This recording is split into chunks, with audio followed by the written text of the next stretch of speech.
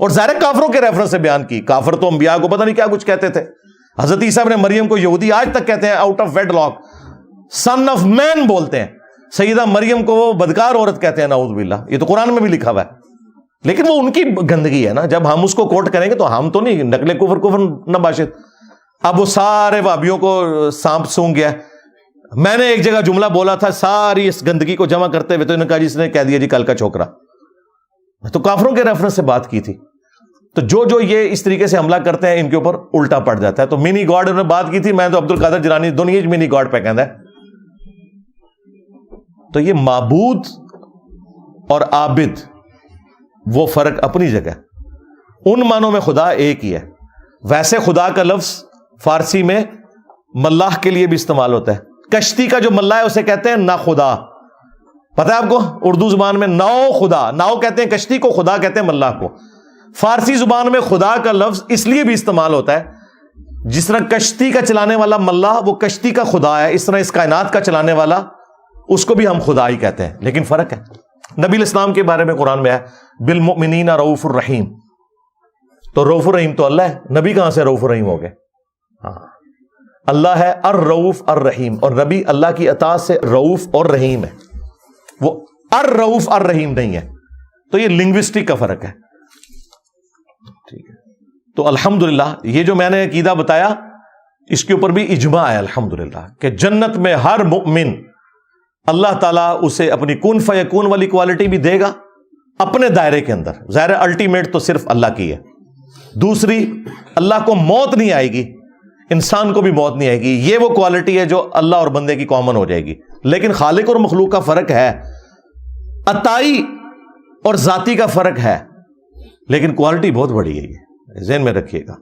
آپ کو اس کا ٹیسٹ کیا فیل کریں, میں ایک میری کلپ دیکھیں. یہ تو ٹاپک میں نے کچھ اور تھا, منی گاڈ کی جو ٹرم آئی, یہ ٹرم اس وجہ سے آئی تھی میں اللہ سے کیوں محبت کروں, وائی آئی لو گاڈ. بیسیکلی میں اس کو ایڈریس کر رہا تھا, اس میں نے چیز. تو اللہ کے فضل سے میں نے اس کو جس طریقے سے ایڈریس کیا ہے, کوئی بھی اس طریقے سے اس مقدمے کو پیش نہیں کر سکتا کہ میں خدا سے محبت کیوں کروں. ہم جو کچھ بھی کر رہے ہوتے ہیں نا, اللہ کی محبت کی وجہ سے نہیں کر رہے ہوتے, اللہ کے ڈر کی وجہ سے کر رہے ہوتے ہیں. آج اللہ کی طرف سے اناؤنسمنٹ ہو نا کہ نماز پڑھو تو جنت ہے, نہ پڑھو تب بھی جنت ہے, لیکن چھوٹے والی, سارے نے پیکج لے لینا. حلال اور حرام میں فرق کرو گے, بڑی جنت, خوب آرام کھاؤ, خوب بدکاری کرو, شراب پیو, چھوٹی جنت. لوگ کہیں گے ٹھیک ہے جی آتے ہی جنت. یہ جو انسانیت کا قبلہ درست ہے یہ اللہ کی محبت کی وجہ سے نہیں ہے, اللہ کے خوف کی وجہ سے.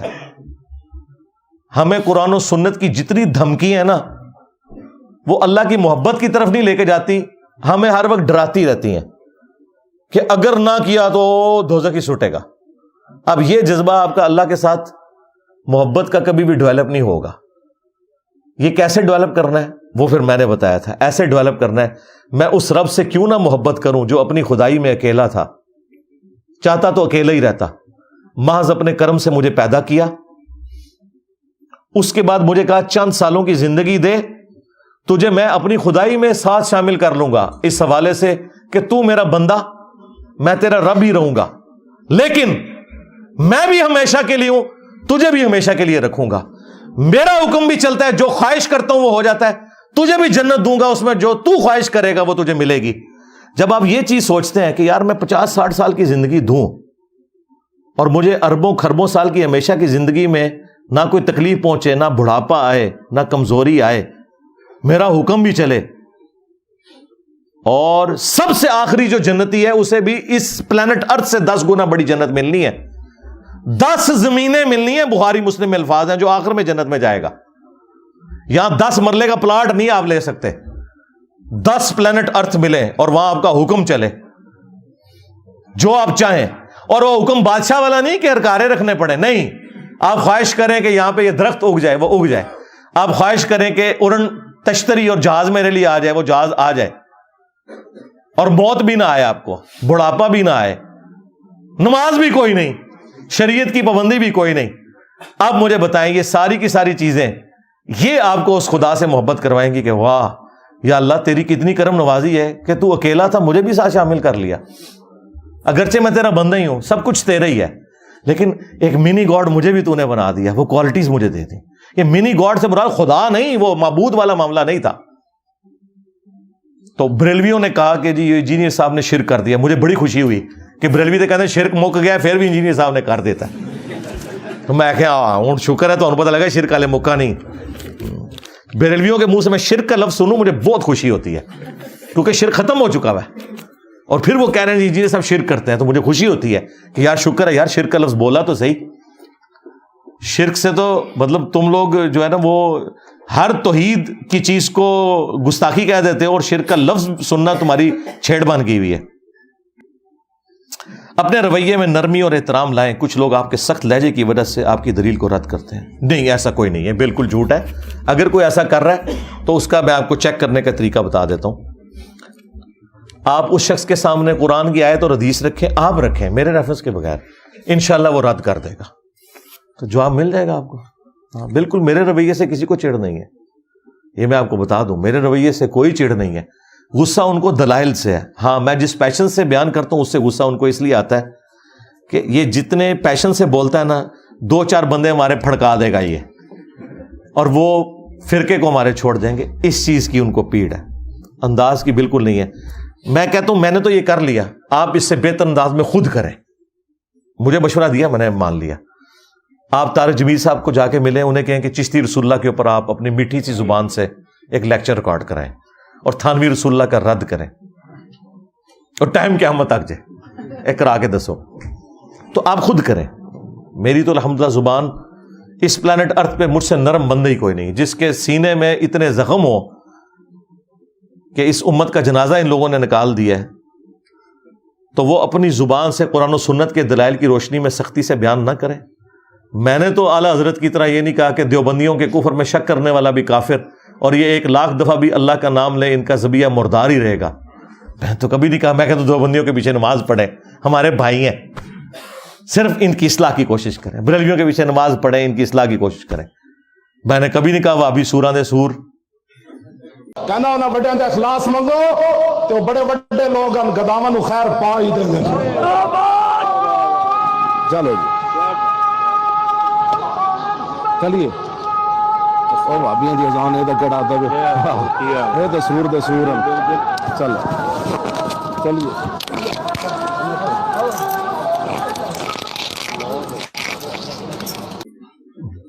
میرا یہ دعویٰ ہے مجھ سے زیادہ نرم بندہ ہی کوئی نہیں ہے۔ ہاں جو میرے والا کام نہیں کر رہا اور وہ نرم ہے تو وہ بندے کا تو اس معاملے سے لینا دینا ہی نہیں ہے۔ یہ اسی طریقے سے ہے کہ کوئی شخص کہے کہ علی بھائی آپ جب کرکٹ کھیلتے ہیں نا تو اتنا بڑا آپ نے بلہ اٹھایا ہوتا ہے، یہ گاف والی چھڑی سے آپ کرکٹ کھیلا کریں، اور میں کہوں گا بھائی اس سے کرکٹ نہیں کھیلی جا سکتی، کرکٹ بلے سے ہی کھیلی جائے گی، اور کرکٹ کا بال اور ہے، گولف کا بال اور۔ مولویوں کے لیکچر کا ٹاپک اور ہے، میرے لیکچر کا ٹاپک اور۔ میرا کام ہے سرجن والا، سیدھا گرائنڈر چلاواں گئے تھے، ایسا کر کے سینہ توڑ کے دل کڈ کے پھر بائی پاس کر کے اندر رکھاں گا۔ ہومیوپیتھک دوائی میں نہیں دے سکتا، مہربانی کرو۔ لو جی، اے میں نے آپ کی اس کے اوپر میری ویڈیو ویسے تفصیلی ریکارڈ ہے۔ انجینئر کی زبان بہت سخت ہے، وہ آپ ویڈیو دیکھ لیں انشاءاللہ تعالی۔ انجینئر کی زبان بہت نرم ہے ماشاءاللہ۔ ایلو جی تھوڑا پورا تھدا میں مکا دیتا ہے، گرچہ مجھے یہ آلموسٹ کتنے گھنٹے لگے جی؟ 4 گھنٹے۔ اوئے ہوئے ہوئے ہوئے ہوئے ہوئے۔ اب 4 گھنٹوں کے بعد آپ نے کیا مجھ سے لینا؟ کدھر گئے ہو بھائی؟ آپ کو نہیں کہا۔ اللہم انی اسألک بانک انت اللہ لا الہ الا انت الاحد الصمد الذی لم یلد ولم یولد ولم یکن لہ کفوا احد۔ اللہم صلی علی محمد وعلی آل محمد۔ ربنا آتنا فی الدنیا حسنہ وفی الآخرۃ حسنۃ وقنا عذاب النار۔ ربنا آتنا من لدنک رحمہ وهيئ لنا من امرنا رشدا لا اله الا انت سبحانك اني كنت من الظالمين۔ اللهم اغفر لحينا وميتنا وشاهدنا وغائبنا وصغيرنا وكبيرنا وذكرنا وانثانا۔ اللهم من احييته منا فاحيه على الاسلام ومن توفیتہ منا فتوفہ علی الایمان۔ اے اللہ جن جن بھلائیوں کا سوال تیرے محبوب صلی اللہ علیہ وآلہ وسلم نے تجھ سے کیا، ہمارے حق میں، ہمارے ماں باپ کے حق میں، ہمارے بیوی بچوں کے حق میں، پوری امت کے حق میں قبول و منظور فرما۔ جن جن چیزوں کے شر سے تیرے محبوب علیہ السلام نے تیری پناہ طلب کی، تمام مسلمانوں کو ان چیزوں کے شر سے اپنی پناہ عطا فرما۔ بالخصوص فلسطین کے مسلمان، کشمیر کے، چائنا کے، انڈیا کے، افغانستان کے، یمن، عراق، شام، پاکستان، جہاں کئی مسلمان کس پرسی کی زندگی گزار رہے ہیں، غیب سے ان کی عزت، آبرو، جان و مال کی حفاظت فرما۔ اے اللہ ہمیں کتاب و سنت کی تعلیمات پر عمل کر کے دوسرے بھائیوں تک پہنچانے کی توفیق عطا فرما۔ اے اللہ جو مسلمان فوت ہو چکے ان کی مغفرت فرما، جو زندہ ہیں قبر و آخرت کی تیاری کرنے کی توفیق عطا فرما، جو بیمار ہیں انہیں شفاء کلی عطا فرما۔ حاضرین کے دلوں میں جو نیک اور جائز دعائیں ہیں قبول فرما۔ تمام مسلمانوں کی تمام دینی، دنیاوی، جسمانی، روحانی، ظاہری، باطنی پریشانیاں، تکلیف، مصیبتیں، دکھ تر، بیماریاں، دشواریاں دور فرما۔ اے اللہ ہمارے ملک پاکستان کی خیر فرما، پورے عالم اسلام کی خیر فرما، عالم اسلام کو اندرونی اور بیرونی خطرات سے محفوظ فرما۔ سبحان ربک رب العزت عما یصفون وسلام علی المرسلین والحمد للہ رب العالمین وصلی اللہ علی النبی الکریم وعلی آلہ واصحابہ اجمعین الی یوم الدین، آمین۔